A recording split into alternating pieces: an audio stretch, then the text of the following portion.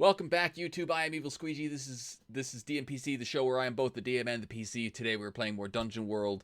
In our last episode, we forgot to ask you to like and subscribe. Ha! You thought I wasn't gonna do it, and then I did it. I am now officially a YouTuber because I said like and subscribe and hit the notification bell and leave a comment and do all those glorious social media interaction things. Share the show on social media. Talk about the show with your friends.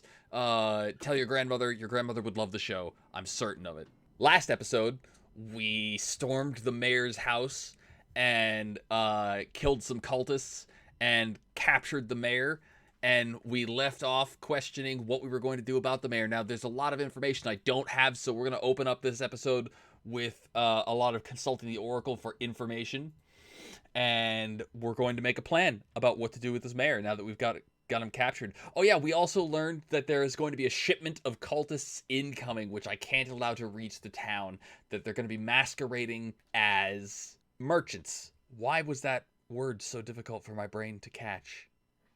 It was running from me. We've got incoming merchants pretending to be merchants, incoming cultists pretending to be merchants. We've got the mayor to deal with. We've got the guards out front that didn't come in when we fought the cultists inside the house to deal with. We've conveniently collected all of these cultists in one place. Let's get this show on the road. Let's get this party started.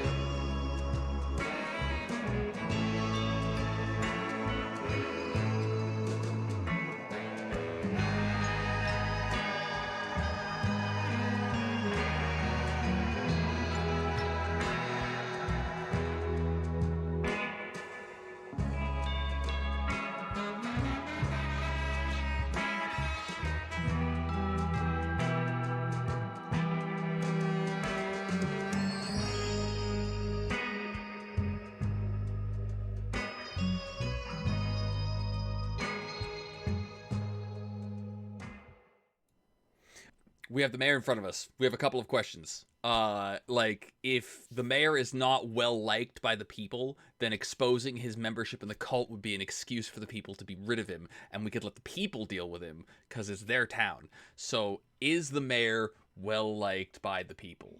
No, but but what? No, but he's kept an iron grip on his position so that his son would take over if he were to be outed. And we left his son alive, and his son is also in the cult. But he knows where the bodies are buried. Exactly. So we can't just turn him in. There's a lot of deliberation going on, I think, right now. So my next question is, does the mayor escape while Christina and Octavia and Maud are debating what to do with him? Yes, but he leaves a trail. A magical clue.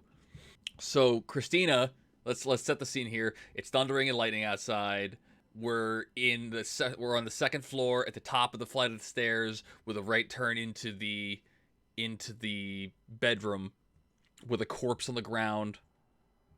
Christina wants revenge on the cult for killing her friends, so she wants blood, I think. But I'm trying to stop Christina from killing this cultist, the mayor, because I traded his life for information, so he gets to keep his life because I got my information and I am a woman of my word. Maud is taking Christina's side, so I'm technically being outvoted. And as this conversation begins to develop in that direction, the mayor invokes the powers of darkness and portals out, because I've only got him tied up in a rope. Technically, even if he's got his hands behind his back, he can still work his magic. And he vanishes, but he vanishes and he leaves the room for us to search.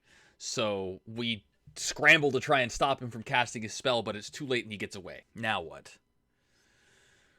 Thunder cracks outside and lightning flashes in, casting the shadow of the window and the curtains across the room floor. And Maud kind of grunts and they say, well, we might as well search the room and the house and see if there's anything that indicates anything useful. We are slowly but surely ridding North Pass of these cultists. They keep teleporting away though. That seems to be a pattern with these guys, that they keep portaling out instead of dying. But we are slowly purging them from the village, and that means that I am slowly succeeding in my quest to protect the village of North Pass from the iniquities that beset them. Maybe it's a magic item they have and you can get the mares to try to track them down. Oh yeah, those rods.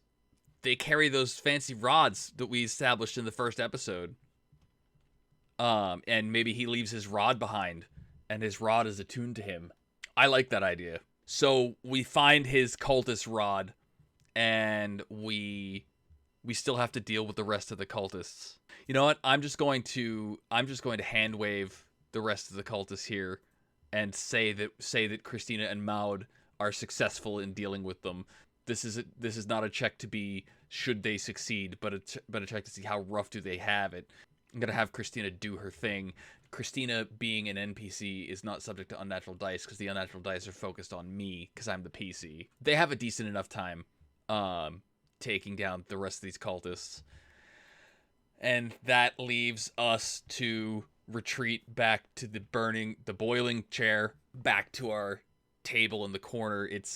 Actually, we'd be retreating to our room for the evening because it's very, very, very early morning right now. It's like the middle of the night, early morning. So we are retreating to the boiling chair into our room for the evening because it is super early in the morning where we are going to rest, and we've dealt with the majority of the cultists. There is still that shipment of cultists coming in disguised as merchants that we're going to have to deal with, but they're coming in tomorrow night, so we have all day to prepare. But I can't think of anything that we would need to do to prepare other than plan an ambush. Yeah, to plan an ambush north of town, or we don't know if they'll be coming from the north or the south. I probably would have asked where they were coming from. So are they coming from the north?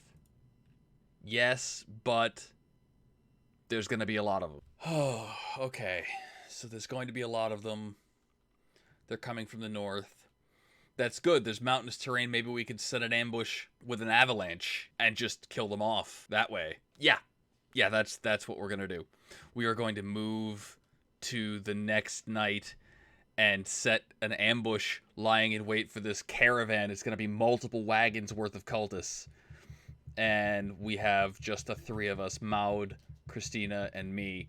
And so I think we're going to find a place. Is there not? I'm not going to ask that question because I like this idea, frankly.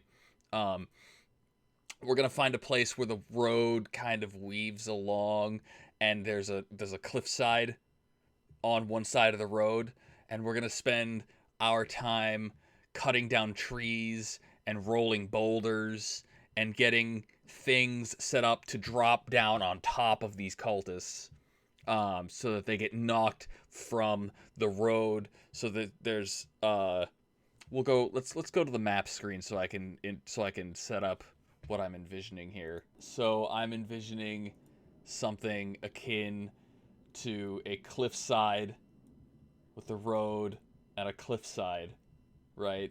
And we're up here, and the cultists are down here, so that we can dump like logs like that on top of the cultists and hopefully knock the cultists down that way. That's the plan.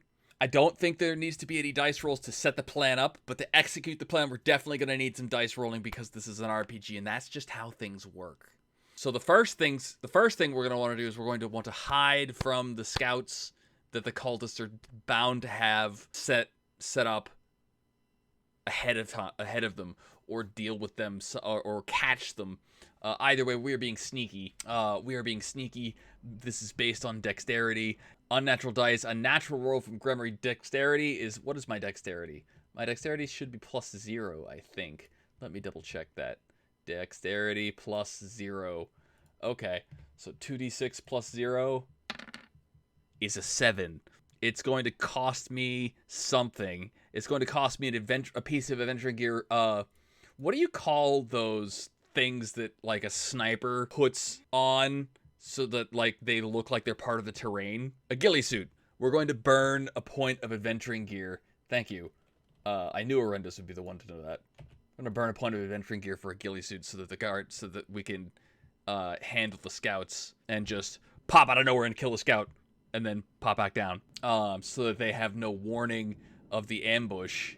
So we've got a ghillie suit, and as the scout comes up, we burst out of the ghillie suit and take the cultist down and drag him and then hide the body, so that the cultists that are pretending to be a caravan of merchants don't know that we are here waiting for them. And then we are going to just wait for the cultists to come along the path and shove this avalanche down on top of them when the time is right. This is going to be a defy danger, because this is a dangerous situation. I'm pushing with all of my might off the cliff. I don't want to fall down the cliff. I don't want to be seen by these cultists. I don't want to push it so weakly that it doesn't fall appropriately. So we're going to call this a defy danger based on strength. Unnatural dice. It's a miss from Tice. This is going to go very badly. It's a miss from Tice. So as the cult comes in, I don't envision the character having a hard time pushing the stuff off the cliff. So we are going to see what random GM move use up their resources. Crap. What resources do I have? I have adventuring gear. I have dungeon rations. What resource gets used up?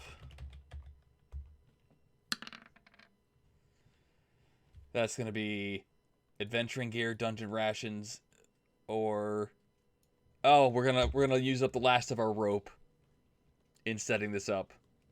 My HP is technically a resource as well, but it's not the resource that we're using. Eileen and I shove this like a log down and scream at the top of my lungs to get the caravan to stop, like to catch their attention, to get them to stop right in the perfect line of fire, and I shove.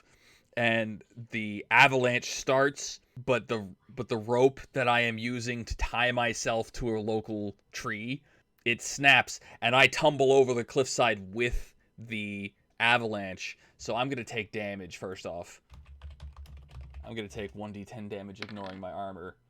2! Oh man, I haven't had the chance to rest. Yes, I have had the chance to rest, which means I should have leveled up, but we'll cover that in a minute. So I go tumbling over with the rocks and the boulders and the logs, and the cultists get smashed and knocked over the cliffside, and so I get smashed over as well, and the cultists get smashed off the cliff and go sailing to their death. Now I am going to die here if I do not do something.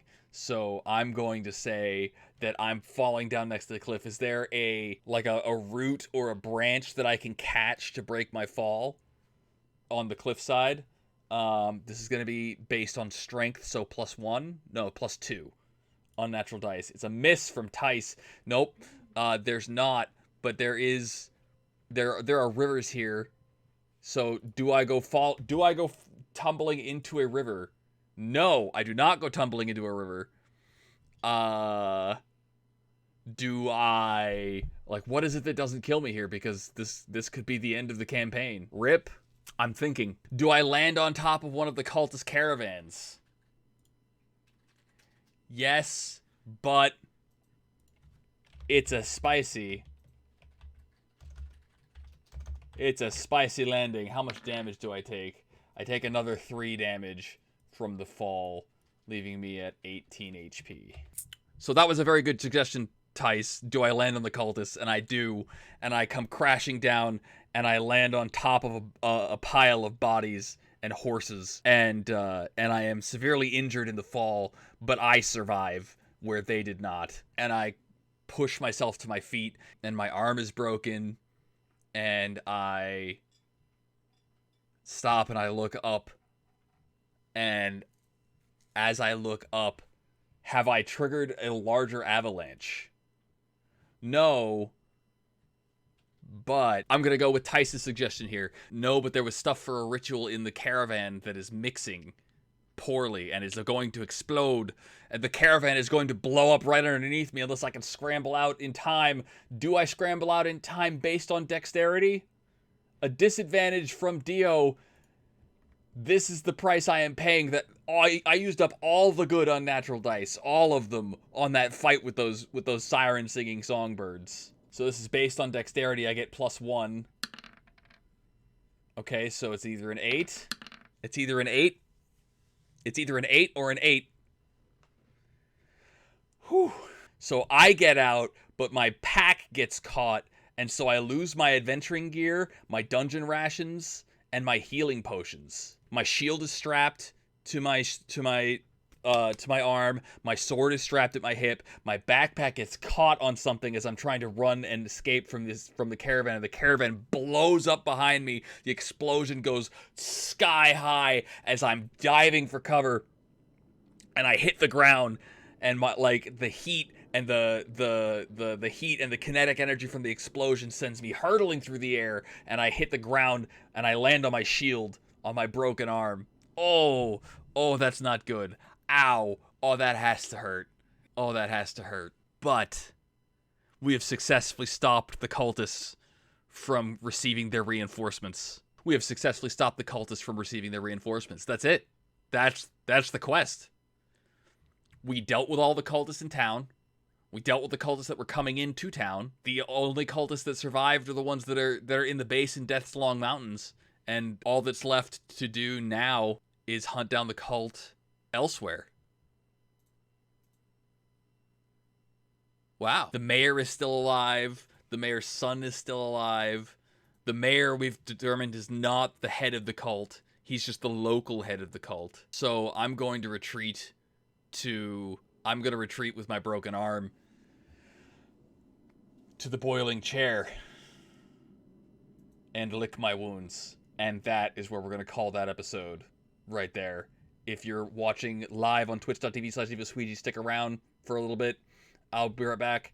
If you're watching on YouTube, then like and subscribe. I'm not good at this YouTube thing. I'm just not. Notification bell, comment, etc. We'll be right back.